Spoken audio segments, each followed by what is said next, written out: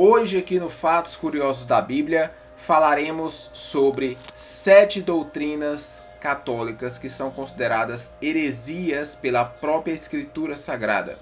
Jesus e os apóstolos vão falar coisas que vão de encontro, ou seja, vão contra essas doutrinas católicas. A primeira delas que eu quero mencionar aqui é o purgatório. O purgatório, ele não é um lugar real.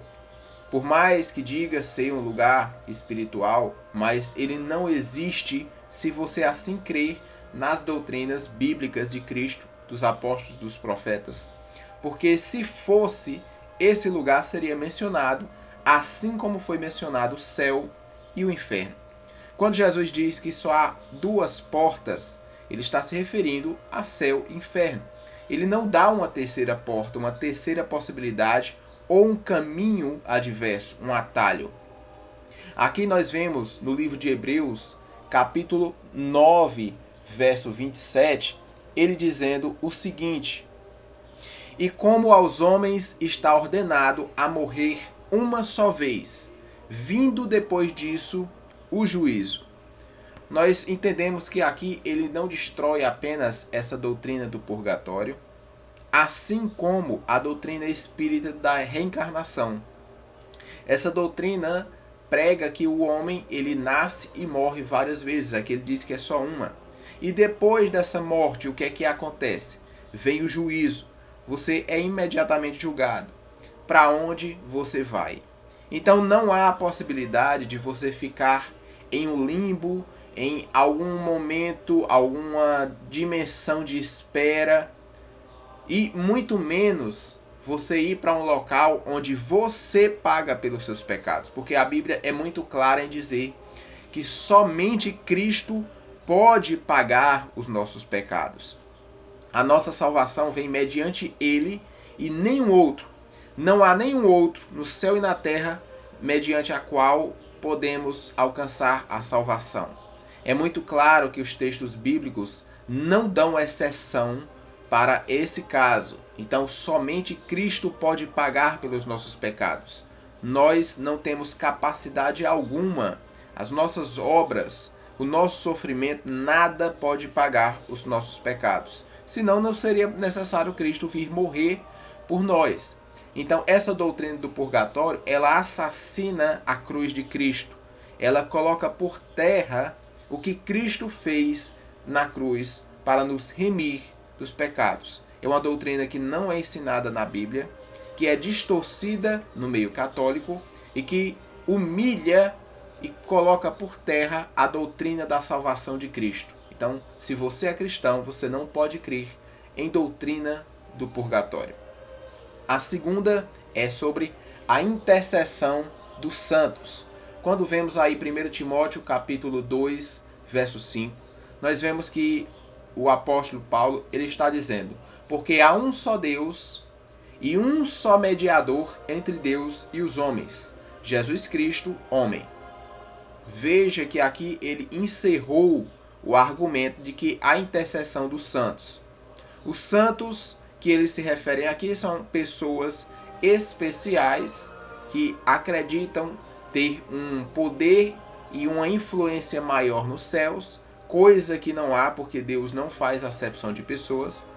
E sendo que o santo aqui colocado não é a nomenclatura correta para estes. O que é que acontece?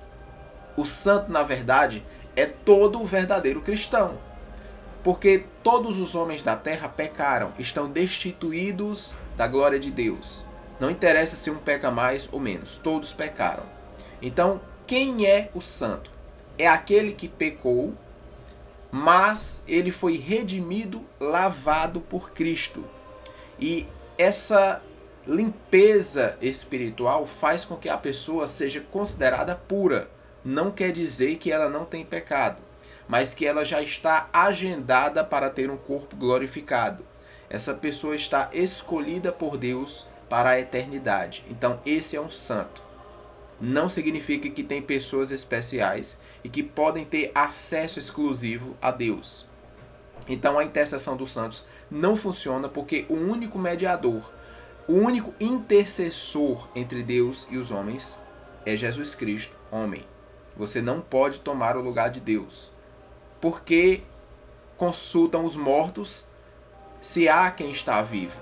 O próprio Deus fala isso no Antigo Testamento. O povo estava consultando mortos. Estava consultando deuses. Será que Deus não está vivo para nos ouvir? Será que ele está surdo? Será que quando o véu rasgou, não havia agora acabado a época dos sacerdotes, dos profetas? Agora não temos pleno acesso à sala do Pai, mediante a morte expiatória de Jesus Cristo? Essa doutrina não se sustenta. A terceira doutrina é a virgindade perpétua de Maria. Quando nós vamos lá no livro de Mateus, capítulo 1, verso 25, nós vemos aí claramente que diz o seguinte: E José não conheceu a Maria até que ela deu à luz a seu filho, o primogênito, e pôs-lhe o nome de Jesus. Como é que José não conheceu Maria até que ela deu à luz a Jesus? Se eles já haviam noivado, se eles haviam viajado para Belém, como é que ele não conhecia ela? Essa palavra conhecer, se você for lá em Gênesis, no início, salvo engano, Gênesis 4, ela vai falar a mesma palavra. Essa palavra se refere a conhecer no sentido de despir e ter uma relação íntima para conceber e dar à luz. Se você ler o verso do primeiro filho de Adão, foi justamente que Adão conheceu a Eva e ela concebeu, ou seja, engravidou. Então, Adão conheceu, teve relações com Eva, ela concebeu, engravidou e teve o filho. Aqui da mesma forma, José só veio a conhecer Maria, ou seja, a ter intimidade com ela, depois que ela havia tido dar à luz, depois que ela havia dado à luz a Cristo. Então, ele não a conheceu antes disso. Ela permaneceu virgem até lá. Então, não podemos dizer que Maria sempre foi virgem. Ela foi virgem até ter Jesus. Depois disso, José, como seu esposo, passou a coabitar com ela normalmente como qualquer casal. E isso não é nenhum problema. Isso não traz nenhuma impureza, muito pelo contrário, o casamento santifica. E aqui muitas pessoas trazem o costume pagão e antigo de que ter essas relações é impuro, quando na verdade não é. Nós vemos aqui claramente em Mateus 1, verso 25, que José conheceu sim a Maria, mas somente depois do nascimento de Cristo. Existe verso no livro de Marcos que vai falar sobre 4 filhos homens de Maria e vai falar de algumas mulheres, cita inclusive o nome deles. Nós vamos ver lá na frente que a mãe e os irmãos de Jesus foram vê-lo e Jesus os rejeitou porque eles queriam prendê-lo porque achavam que ele estava louco. Basta você ler as escrituras e qualquer tradução. Você vai entender e analise o contexto. Muitos vão dizer, não, são irmãos de afinidade, quando na verdade não são. Jesus está falando às multidões e vai dizer, minha mãe e meus irmãos são aqueles que estão ao meu redor e ouvem a minha palavra e obedecem. Então ele está fazendo ali claramente uma distinção entre aqueles que são seus irmãos e mãe espiritual para aqueles que são carnais, estavam fora esperando ele. Nós podemos ver claramente todo esse pessoal no Novo Testamento, inclusive são citados depois dos evangelhos, e as pessoas negam a existência. É importante lembrar disso. Aqui nós vamos ver também a questão da autoridade suprema da igreja acima das escrituras. E isso é mais uma heresia, porque as escrituras são a palavra de Deus. Quando a igreja é formada de pessoas, são pessoas falhas. E aqui nós não podemos colocar palavras aleatórias de pessoas acima da palavra de Deus. Quando nós fazemos isso, estamos dando poder a pessoas acima do que Deus disse. E nós vemos claramente no Salmo 119, verso 105: lâmpada para os meus pés é a tua palavra e luz para o meu caminho.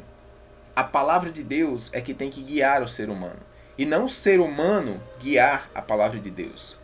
Foi dessa forma que toda a era medieval foi comprometida quando a igreja, através de seus papas, cometeram atrocidades em nome de Deus, apenas por dizer ter autoridade acima das escrituras.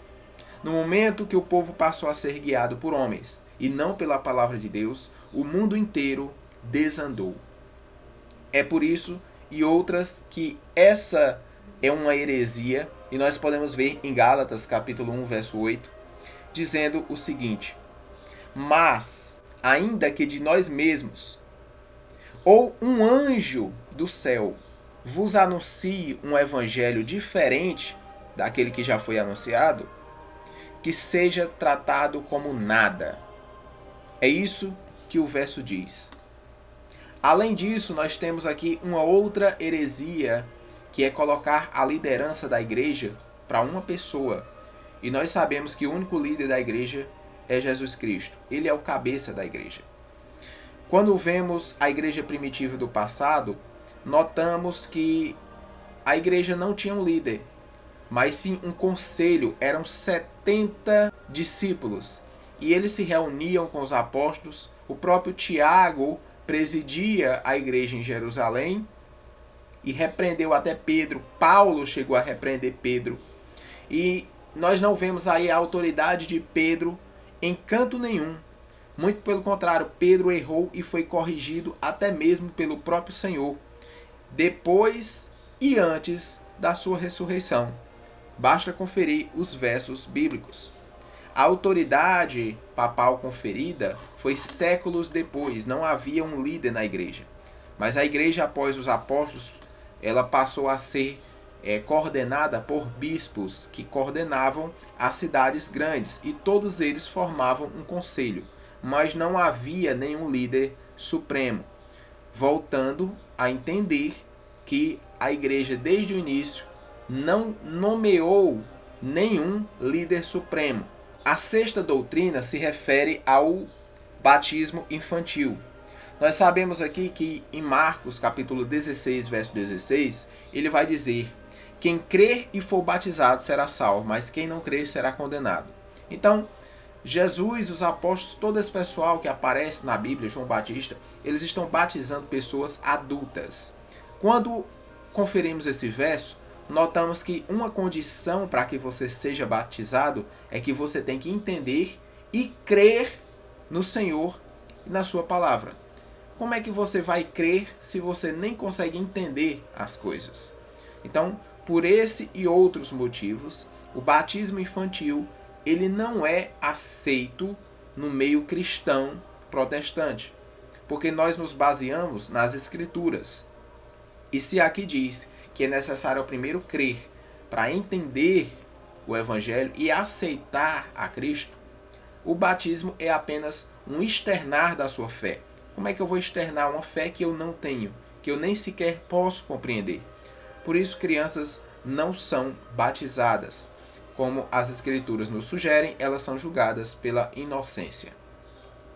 E o último é justamente a repetição de rezas, a repetição de orações, que se criou através de doutrinas pagãs, doutrinas antigas de tradições e mitos que até hoje se perpetuam em várias religiões.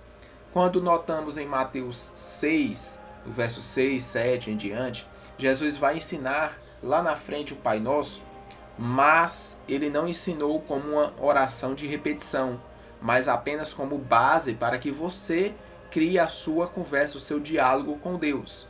Aqui ele vai dizer: mas tu, quando orares, entra no teu aposento, fecha a porta e ora ao teu Pai que está em secreto, e ele te recompensará.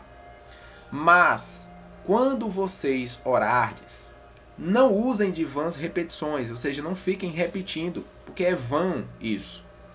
Assim como fazem os gentios, ou seja, os pagãos, que pensam que por muito falarem, por muito repetirem, serão ouvidos. Então, por que você vai repetir se o próprio Jesus está dizendo aqui que não é para repetir nada? Ele diz aqui que o vosso Pai sabe o que vocês querem, mesmo antes de vocês pedirem. No verso 8. Por que é que vocês vão ficar repetindo orações, repetindo rezas? Como os pagãos, como os gentios fazem. O vosso Pai que está no céu sabe das suas petições, antes de vocês pedirem. Acham vocês que, por muito repetirem, vão ser ouvidos? Como se Deus estivesse surdo? Então, essa é uma outra recomendação que ele diz para não fazer. São 7 heresias que são ensinadas no meio católico, mas sem nenhum fundamento bíblico. Muito pelo contrário, os fundamentos bíblicos que existem vão contra esses ensinamentos heréticos do catolicismo e de outras religiões também. Hoje ficamos por aqui. Nos vemos em próximos vídeos.